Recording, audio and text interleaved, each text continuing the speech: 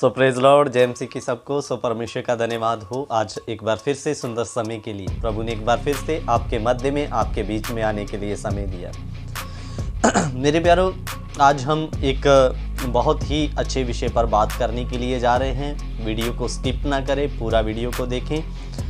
मेरे प्यारो, विषय में जाने से पहले आप हमारे चैनल जाने वचन की सच्चाई को सब्सक्राइब करें, बेल के आइकॉन को दबाएं, ताकि जब भी हम कोई नया विषय या नई क्लास लेकर आए तो उसका नोटिफिकेशन आपको मिलता रहे। मेरे प्यारो, सबसे पहले मैं एक वीडियो आपके सामने में प्ले करने के लिए जा रहा हूँ। इस वीडियो को ध्यान से देखें और पंजाबी में होगा, उसके बाद में मैं आपको हिंदी में ट्रांसलेशन करूँगा, ताकि हमारे बाहर भी सुनने वाले भाइयों को, बहनों को समझ आ सके। तो स्क्रीन में वीडियो प्ले आपके सामने हो रहा है, तो आप जरूर इस वीडियो को एक बार देखें। अफजल मसीह ने क्या जवाब दिया? ਤੁਸੀਂ ਲੋਕਾਂ ਕੋ ਮੰਗਦੇ ਕਿਉਂ, ਮੰਗਿਆ ਕਿਉਂ ਨਹੀਂ? नहीं मंगते ਕਿਉਂ हैं ਕਿਉਂ ਨਹੀਂ ਮੰਗਿਆ? ਅਸੀਂ क्रिश्चियन ਅੱਛਾ, ਇਹ ਹੱਥ ਨਹੀਂ ਫੈਲਾਉਂਦੇ।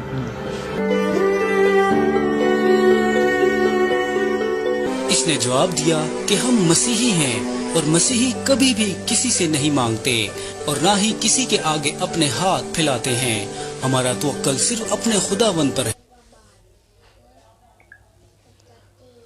सो इस वीडियो को आपने देखा है। सो पंजाबी में था, मैं थोड़ा सा आपको हिंदी में इसके बारे में बता देना चाहता हूँ। ये जो व्हील चेयर पे व्यक्ति है, ये एक मसीह व्यक्ति है, और जो सामने खड़ा व्यक्ति था उसने इसको सवाल किया कि आपने हमसे क्यों नहीं मांगा, मतलब मांगने का मतलब भी क्यों नहीं मांगा।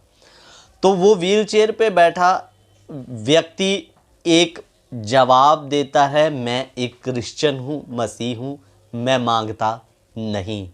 हालेलुया।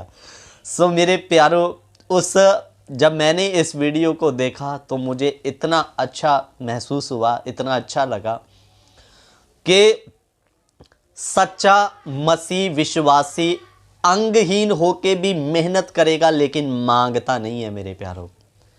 लेकिन अफसोस की बात, मैं बड़े दुख से इस बात को कह रहा हूं, मसीह विश्वासी अंगहीन होने के बावजूद भी किसी के आगे हाथ नहीं फैलाता, मेहनत करेगा। उसे भरोसा है मुझे देने वाला सर्वशक्तिमान परमेश्वर है, क्योंकि बाइबल में एक वचन है, मेरा धर्मी जन विश्वास के द्वारा जीवित रहेगा। मेरे प्यारो, मार्टिन लूथर ने क्यों कैथोलिक छोड़ा? क्योंकि कैथोलिक में गलत शिक्षाएं थी, गलत धारणाएं थी, और वो मार्टिन लूथर जो था वहाँ का प्रीस्ट था। तो उसने क्यों छोड़ा? क्योंकि उसकी समझ में एक वचन घर कर गया, मेरा विश्वासी विश्वास से जीवित रहेगा। और उसको पता चल गया कि मुझे किसी संस्था की आवश्यकता नहीं है, मेरा परमेश्वर मुझे चलाने वाला है। आज कितने सेवक लोग परमेश्वर पर भरोसा ना रखे हुए संस्थाओं के ऊपर भरोसा रख के बैठे। मेरे प्यारो, ऐसे करके एक दिन आप नरक की आग के भागी हो सकते हो। आपको सोचना होगा इस बात का। सो मेरे अजीजों, मैं अपने टॉपिक में वापस आ रहा हूँ। ये अंगहीन व्यक्ति भी जानता है मैं विश्वास से जीवित रहूँगा, मेरा परमेश्वर मुझे देगा, मुझे किसी के आगे हाथ फैलाने की आवश्यकता नहीं है।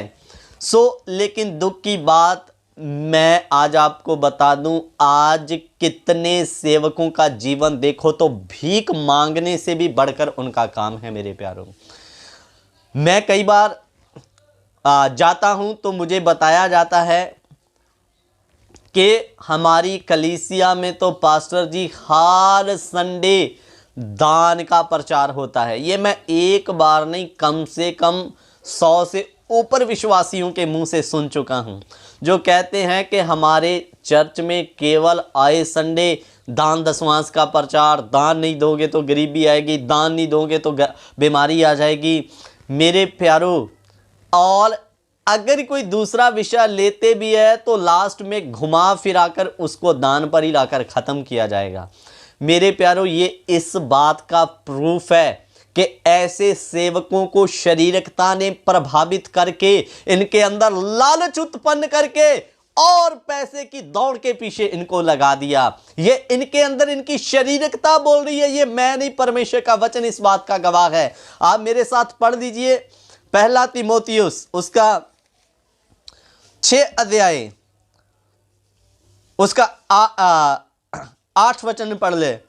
6 अध्याय उसका 8 वचन, पहला तीमुथियुस 6:8। यदि हमारे पास खाने और पहनने को हो तो इन्हीं पर संतोष करना चाहिए, पर जो धनी होना चाहता है वह ऐसी परीक्षा और फंदे और बहुत सी व्यर्थ हानिकारक लालसाओं में फंसते हैं जो मनुष्यों को बिगाड़ देती है और विनाश के समुद्र में डुबा देती है। जो पैसे के द्वारा धनी होना चाहता है, ये उन सेवकों की निशानियां हैं जो हर सप्ताह में सिर्फ और सिर्फ दान का प्रचार करते हैं। ये धनी होने के चक्कर में कलीसिया को भी बिगाड़ रहे हैं और खुद भी अपने जीवन को विनाश की ओर लेके जा रहे हैं, क्योंकि रुपए का लोभ सब प्रकार की बुराइयों की जड़ है, जिसे प्राप्त करने का प्रयत्न करते बहुते विश्वास से भटक गए, अपने आप को नाना प्रकार के दुखों से छलनी किया। सुन लो परमेश्वर का वचन क्या कह रहा है मेरे प्यारों।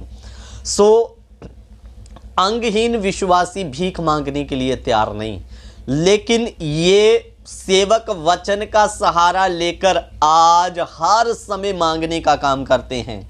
मेरे प्यारों, ऐसा घटिया काम करना बंद कर दे, परमेश्वर पर भरोसा रखें, परमेश्वर के वचनों के अनुसार चलेंगे तो परमेश्वर विश्वासी के अंदर खुद डालेगा कि मेरे सेवक को दान दे।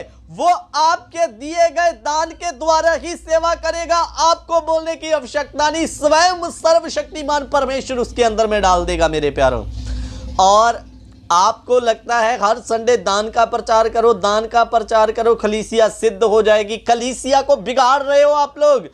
मैं एक वचन और आपके सामने में रखना चाहता हूं। इधर पौलुस क्या कहता है, कुलुसियों की पत्री उसका 1 अध्याय, कुलुसियों की पत्री 1 अध्याय उसका 28 वचन पढ़ लीजिए। कुलुसिया 1 का 28, जिसका प्रचार करके हम हर एक मनुष्य को चेतावनी देते हैं और सारे ज्ञान से हर एक मनुष्य को सिखाते हैं। इधर पौलुस कहता हम हर एक मनुष्य को चेतावनी देते हैं, चाहे किसी को अच्छा लगे या ना लगे, लेकिन हम चेताएंगे, हमारा काम चेताना।